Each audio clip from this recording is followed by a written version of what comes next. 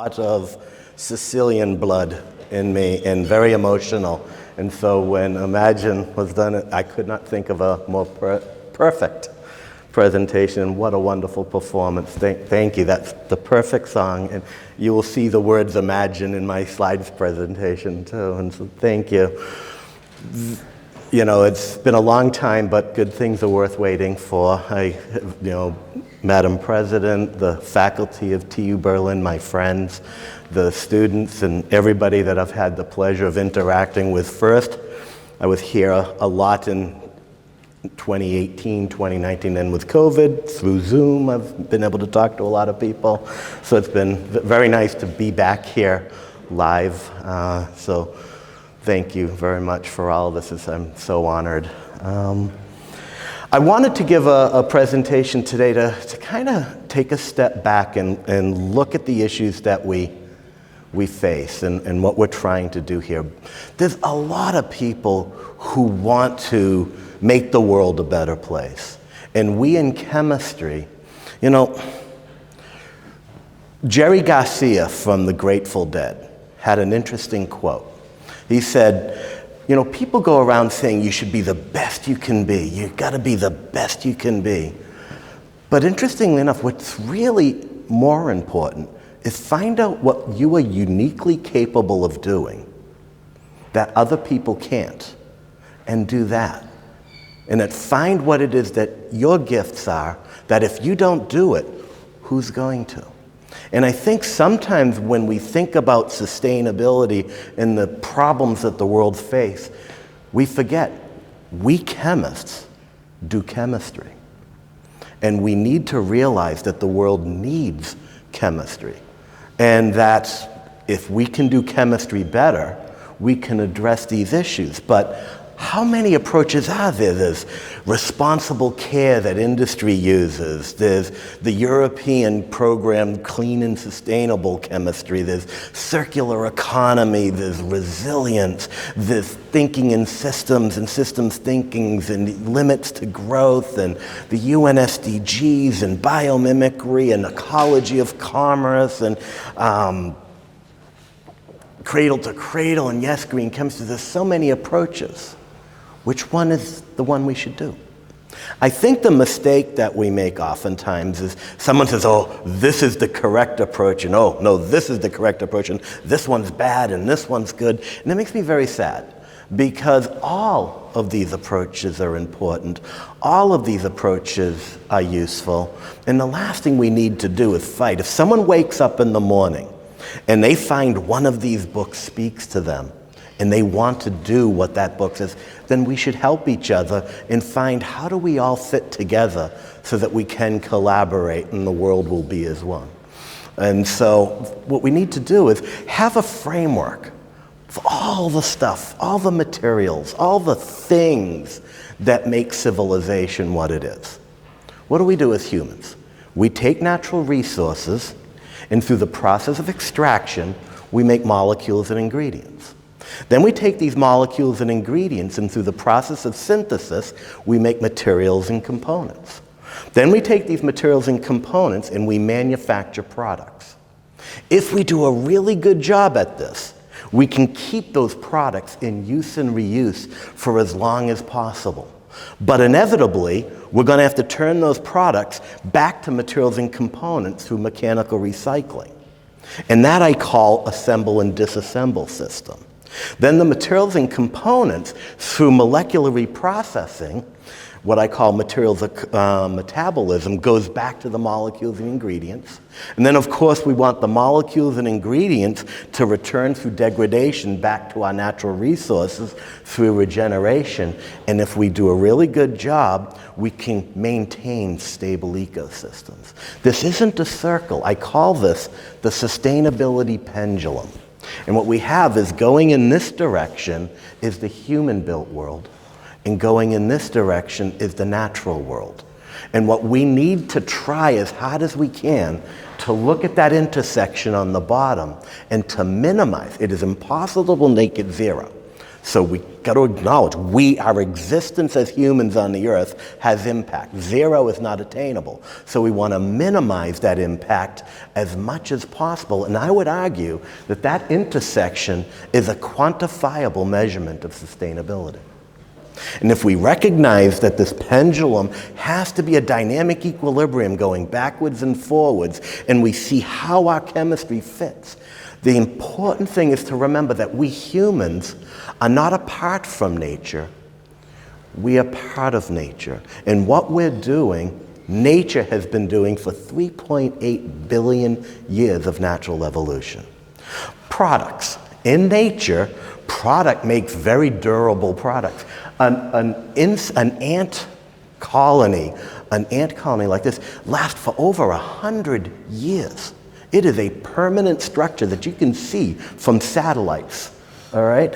Then there's a little bit more temporary, the bees' nests that make every year or might survive 1 or 2 seasons, okay? And then, of course, the hermit crab. The hermit crab doesn't have its own shell. It lives in one shell, and then when its body gets bigger, it leaves that shell and goes to another shell. Nature has products that are permanent and reusable. We humans, we make automobile parts. We want them to last for a long time. We want playgrounds to last for a long time. Or we want things that are reusable, like cups that we use for as much as possible. The key here is that when we do this, there are 2 aspects that are important from a scientific and philosophical perspective. There is the structure, the form, the shape. We want to maintain that shape for as long as possible, and we want to maintain the chemical composition as long as possible. And as long as we don't alter the form and the shape, we can do this over and over. But then there's this thing called entropy, and inevitably something happens. When that happens, we must go counterclockwise on the pendulum to the next station, what I call the assemble and disassemble station. Nature has very much one example is a bird's nest, right? A bird comes down and picks up a twig and builds a nest, and will put together all the pieces of the nest, all right? But then next year, it will not use the same nest, so it throws it all away, may go very back down and pick up the same things, but must assemble and disassemble all the time. We humans, in plastics, what do? We make plastic objects, bowls and cups. Then we grind it up and make pellets. And we make bowls and cups and we make pellets. We use and reuse. We assemble and disassemble it. Or with paper, we may make a paper product. And then we grind it up and make pulp. And then we make a paper product, and then we grind it up and make pulp. So nature and biology, we do this assemble and disassemble structure. In this case, what we're doing is we're altering the form, we're altering the shape, but we're trying to maintain the chemical composition. We keep the chemical composition constant, and we do this as long as possible. But then there's entropy. And what does entropy do? Entropy, the polymer chains. Every time we do some mechanical recycling, we break the polymer chains. Every time we pulp the paper, we break the fibers. So inevitably, we can only do this so long, and then we lose the physical properties. So what do? We go to the next station on the pendulum, and this is my favorite, the materials metabolism. All right, here, what happens, think of it this way. All right. Animals eat food, okay? What happens when an animal in nature eats food? What we do is we do catabolism. We turn large molecules into small molecules. We break proteins into amino acids. We break carbohydrates into sugars. We break lipids into fatty acids. And that's how we do our processes. We break small molecules, but that's not all nature does. At exactly the same time that we're eating our food and we're breaking down these molecules, we grow hair, we grow fingernails, we grow blood cells. So nature does the disassembly and the assembly of chemistry at the same time. Anabolism, combined together. How does nature do that? The reason nature can do this, which if you think about it, we humans never do this. Think of any mechanical industrial process that is doing both the construction and destruction of molecules at the same time. And the reason is nature doesn't only just look at the molecules, but it looks at the energy. In nature, every process in nature, energy, is this ATP, adenosine triphosphate, right? These phosphate groups are negatively charged. It's a molecular battery. Those negative charges hate to be next to each other. So when a metabolic process gives off energy, nature takes those phosphate groups and sticks them together and charges our battery.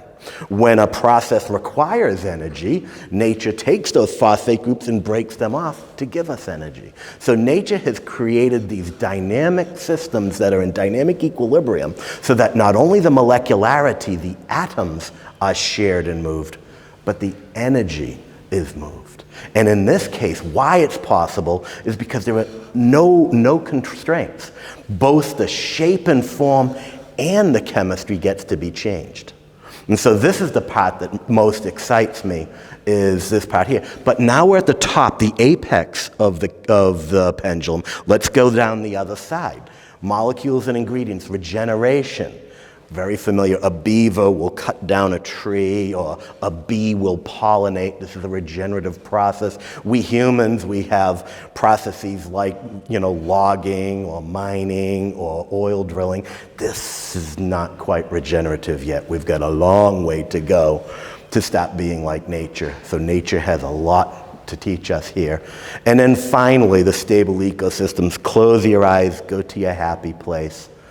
This is what we all know and want to protect for the future of not only ourselves, but our children and our grandchildren. So this whole system here, I am a full member of the Club of Rome. We talk all about systems thinking, and Donella Meadows back in the late 70s started this field of systems design, systems thinking.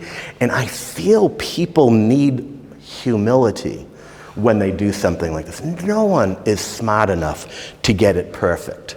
That we're going to leave things out, and it's those things that we leave out of this map that are going to come back to haunt us. This looks great. Wow, if we could do invent a product that did all these things, that'd be wonderful. But you know what? The problem is, when we do the assemble and disassemble, oftentimes there's leakage. There's stuff that gets out. And when that happens, it creates porosity in the interface. And that porosity makes us lose a little bit of sustainability. When we do synthesis and reprocessing, some of it gets out into the environment and it creates porosity in our interface, and we lose a little more sustainability. When we regenerate, when we extract, there's more leakage and we get more porosity and we lose more sustainability. It's not only when we design our materials for the society, it's not always thinking about what happens if everything goes right. But we also have a responsibility to think about what happens when something goes wrong. All right? And so both of those together are an important aspect. Because when people draw a map like this, if you look at a company saying, look at our map, they usually don't put something like this on the map. They don't say, we're going to fill the oceans with plastic, and there will be some toxic waste here and there, and there's going to be CO2 and climate. Those kinds of things usually don't get put on the map. And this is what everybody sees. When they hear chemistry, they don't look at the stuff that I talked about right now. This is what chemistry means to the general public. Nobody wants it. No one creates this intentionally. It's unintentional. And yet it dominates global thinking of the field of chemistry. So what we have here are two aspects. As I said, there is going in that direction. We have to look at how we change human behavior. But it's wrong for us to say people must change. The world is going problem, everyone must change without our help. Chemistry has to invent technologies to help people change their behavior. And we have to invent technology that is better for the world without changing behavior. It's not one or the other, it's both. People say, we should recycle everything. And then someone else says, no, we should not recycle, everything should be biodegradable. It doesn't have to be one or the other. It needs to be both. And this polarization, it has to be A, it has to be B, is our biggest problem when it comes to sustainability. And so this top thing, the materials metabolism, how do we use the tools of chemistry to create an entirely new world that is respectful for all these things that I discussed? What I love about this, in my opinion, is the field of green chemistry. Okay? And so I like the joke that back in 1998, when Paul Anastas and I wrote this book, had we thought anyone was ever going to read this book, we would have written a better book. But because we didn't expect any of this. So my goodness, it's just. But what makes it so interesting is there's nothing genius. There is nothing brilliant in this book. You turn the pages, and all it says is before a chemist creates something, they should anticipate the potential negative impact. What could be more obvious? However, the field of chemistry, if we look at the courses and the classes and the things that we do to train chemists, up to this point, it was just never really done. And so the 12 principles of green chemistry, what they are, this isn't Paul and I telling the world what the world should do. It's looking at what the world has done and recognizing and codifying it. So there are aspects about toxicity. Number 3 and number 4 about toxicity. Number 7 is specifically about catalysis. Number 5 and 6 are about global climate change. There's biodegradation is one of them. So all the different sustainability issues that face our society, there is a principle for each one of them. Sometimes people think it's just about toxicity. There's only 2 principles that address toxicity. All the others are other, like I say, global climate change, persistence and bioaccumulation, energy use, and things like that. But it's saying, how can you, as a chemist, imagine you're in a research lab, you're trying to make something, and you have several solvents in your lab, and you have several reagents in your lab. And as you're beginning, 3 of the solvents will probably work. 3 reagents might work. But if you pick the one that is best for human health and the environment, you're doing green chemistry. That's it. You do any science, any chemistry you normally would, but you put a layer of interpreting, what if this actually succeeds? What if instead of it just being a publication in a journal, some company actually starts making thousands and thousands of kilotons of it? What impact are my decisions on that first day of my invention going to have in the future? That's green chemistry. Okay? So imagine if tomorrow morning, every person in the world said, I understand, I get it, I will only use sustainable things. If every retailer, every company that sells products says, from now on, we will only sell sustainable products. If every manufacturer said, we will only manufacture sustainable products, we're in trouble because they haven't been invented yet. People outside of chemistry think this is just a choice, that evil industry is making decisions based on profit and greed. And I'm saying, listen, green chemistry is a product that works better than another product, costs better than another product, and oh, by the way, is better for human health and the environment. Who wouldn't want it? So the problem isn't the desire, it is a crisis of invention. Of all the products and processes in our society today, some small amount are truly sustainable. There is some process where if we do look for alternatives, we may find some, but I would argue 65 to 70% of the global technologies today have not been invented. And until they're invented, there is nothing society can do but do the same thing over and over.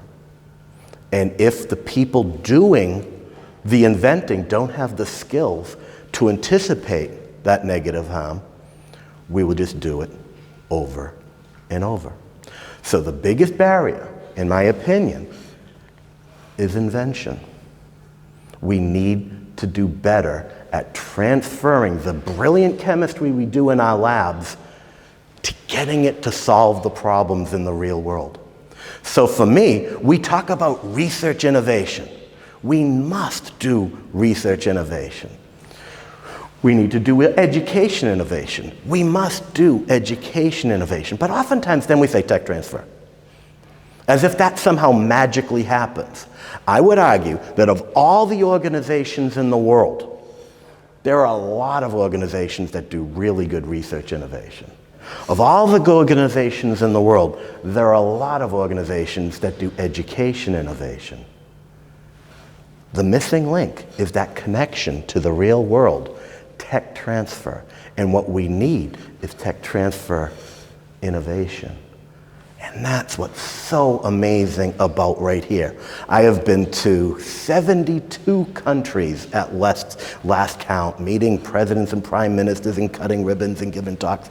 And I honestly and sincerely tell you, here, what you're doing here is the best hope for putting these three together to truly make a future sustainability. And yes, research is super important. You've got that. You are excellent at research. Education is important. You're excellent at education. Now you're starting this tech transfer innovation. That, together with the research and the education, will change the world. All right? And so the problem we have, though, as I started out, chemistry, to outside people, to people not in chemistry, chemistry is terrifying. It's scary. It's the monster under the bed that's going to come back and haunt you. We're going to, you hear, open up the newspaper, turn on the radio, look on the internet. Everything is bad. This is going to kill us. This is going to hurt us. This is bad. Right now, if chemistry is visible to the outside world, it's almost always not a good thing. What a tragedy, right? Imagine going to a Beyonce concert. Imagine going to a football match, going to New York City Times Square. Now let's look at these images, and to every object in that, let's draw a line. And to every one of those lines, let's look at the patent that some group of people invented. And now behind that patent, look at the papers, the publications that created the science that looked at that. What you would find if you looked at the faces of the people there is not all these white-haired, crazy old men. You'd find a little bit of everybody. Everybody. It might not be statistically similar to the population, but every type of person is an inventor.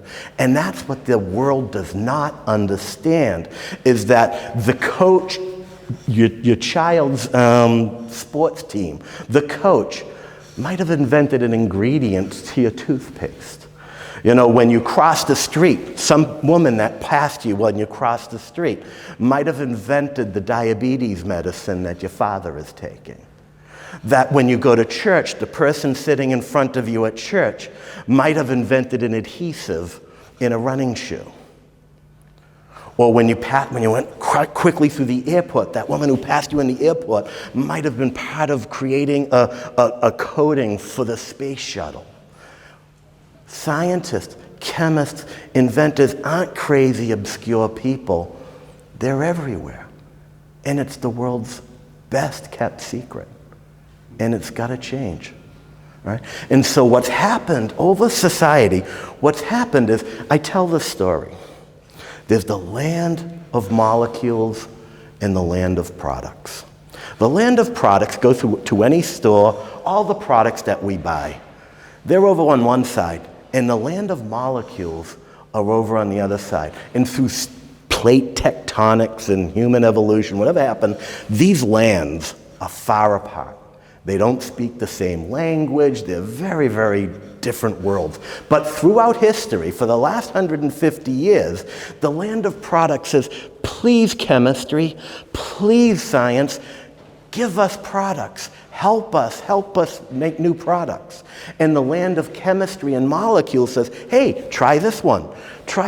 But because it's too far, the efficiency is very low.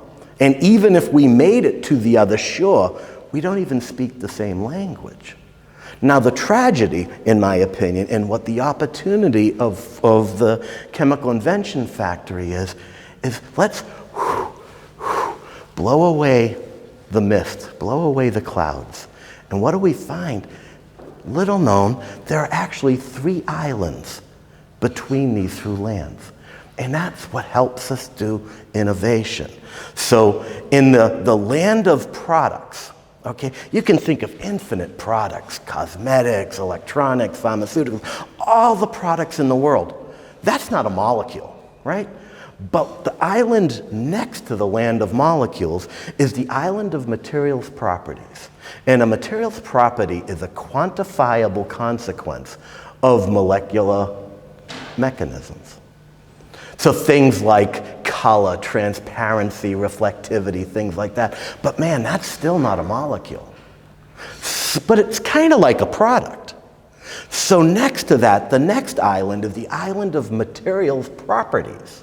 Now that's an intermolecular process or an intramolecular process less than 1 nanometer within more than 1 nanometer in a polymer. Those are things like extended conjugation, polymer crystallinity, things like that, but that's still not a molecule. The next island is the island of molecular mechanisms. Now these are things like intramolecular processes or intermolecular processes less than 1 nanometer in a polymer. These are things like hydrogen bond potential and things like that. Now we're talking about molecules. And so if we recognize that the process of innovation and creativity isn't molecule to product, but it's molecule to molecular mechanism to material mechanism to material property to finally the product, we can see it's all chemistry. And you know what? You got bridges in between each island. Those bridges are computation and intuition. So people developing computational tools and intuition can help us make these jumps. And in crossing the islands is things like experimentation, and we need automation to facilitate crossing. So this is the future, is being able to go through each of these bridges so that we can accomplish this. All right, and so the islands of innovation, we talk about fundamental chemistry and we talk about applied chemistry. And it makes me very sad that we have to talk about. We talk about interdisciplinary. We say we want chemistry to work with biology. We want chemistry to work with physics. We want chemistry to work with sociology. But when we look at chemistry inside, we have our own silos that we're still struggling with. We still talk about fundamental versus applied chemistry. All right? A technology is not fundamental. A science is not applied. The mindset of the person looking at the science is fundamental or applied. The science doesn't care. All right? And so we talk about technology push and we talk about market pull. And both of these are important mental constructs, but we got to be really careful, because if we focus overly on either direction, it won't lead to a sustainable product. So what we know in science very well is that it's all about dynamic equilibrium. And it's not one way or the other. And so as someone invents something here, we must communicate that someone over here who has to communicate with someone. This is all about collaboration. Not doing things in separate isolation, but working together to accomplish it. When we talk about the materials ecology, we talk about natural resources, manufacturing, distribution, use, collection, and it's a closed loop. And we talk about this as a loop. Now there's a danger in using the analogy of loop, because a closed loop keeps things in, but it also keeps things out. And if we need to invent a sustainable future, and our very language talks about closed loops, how does invention break its way in? If the very most important thing we need is invention. So me being a very twisted individual, I put a twist on this model and I make it a Mobius strip. And it's 2 cycles in which the first cycle is the materials ecology, process. And so Amy, my wife, wishes desperately that she could be here today. Our 10-year-old daughter's first day of school is here, and we didn't want to leave her and have her miss the first day of school. So Amy stayed home, but Beyond Benign has this program where we ask universities to sign the green chemistry commitment. Over 100 universities have signed this commitment, and as said before, TU Berlin is the very first university in Europe to sign this commitment. You know, we've got now about a dozen more. University of Stockholm, University of Basel, there's a dozen more. You were first, and you'll always be first. All right, and so we have the human-built world, we have the natural world, and it's so polarized. It's so, everyone's fighting. It's like we have to fight nature. This battle between humans and nature. In this battle, everyone is losing. Nature, we have extinct species. We've destroyed lands. We've got contaminated water. But while we're destroying nature, we're destroying ourselves. We're getting increased cancer, increased birth defects, endocrine disruption. No one's winning, and the problem is we're calling it a battle, and we're forgetting we are nature. And that has to be the new way of doing it. And it's all about entropy. We chemists, more than any group, I would argue, in the world, have an opportunity to look at this polarization about the Republicans and the Democrats, or the liberals or the conservatives, all this fighting, we're going to do, recycle or biodegradable. Everybody wants to pick a team. Everyone wants to pick a side. Chemistry, and chemistry alone. Is benzene the structure on the left or the structure on the right? Do we have to pick a side? No. We accept it's both. If we have a molecule that has tautomeric forms, where the hydrogen's on one side, the hydrogen's on the other, does it have to be one or the other? No. We accept it as both. When we fill electrons in atomic orbitals, when we get to 3 levels in the p, does it have to be on one? No. We accept that it can be in any. This beautiful, beautiful diversity is what makes chemistry happen. And so as we invent the future, what we want to do is not conquer entropy, not control entropy, collaborate with entropy. Because at the deepest underpinnings of momentum is entropy. And if we're fighting entropy, we're fighting nature, and we are maintaining the status quo. And the status quo is unacceptable. So here we are. We've got a factory in Europe, got a factory in Asia, factory in North America, factory in South America. There's the electronics industry, the pharmaceutical industry, the cosmetics industry, the textile industry. And we're trying so hard to find a way to make this all work, to get this all to be sustainable, to find ways to link these things together. But unfortunately, 50, 60 years ago, they all evolved all by themselves. No one anticipated this collection of technologies, this sustainable future, and they're all isolated. And so we can look and we can be despair. We can be sad, we can be scared, we can be frustrated, we can say this is impossible, why even bother?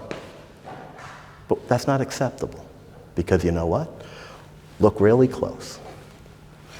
Look at everything on this slide. Look really, really close. And you know what? There's something. They all speak the same language. They all are chemistry. We're chemists. We got a lot of work to do. This organization is the best place in the world to have at it. So let's do it. Thank you.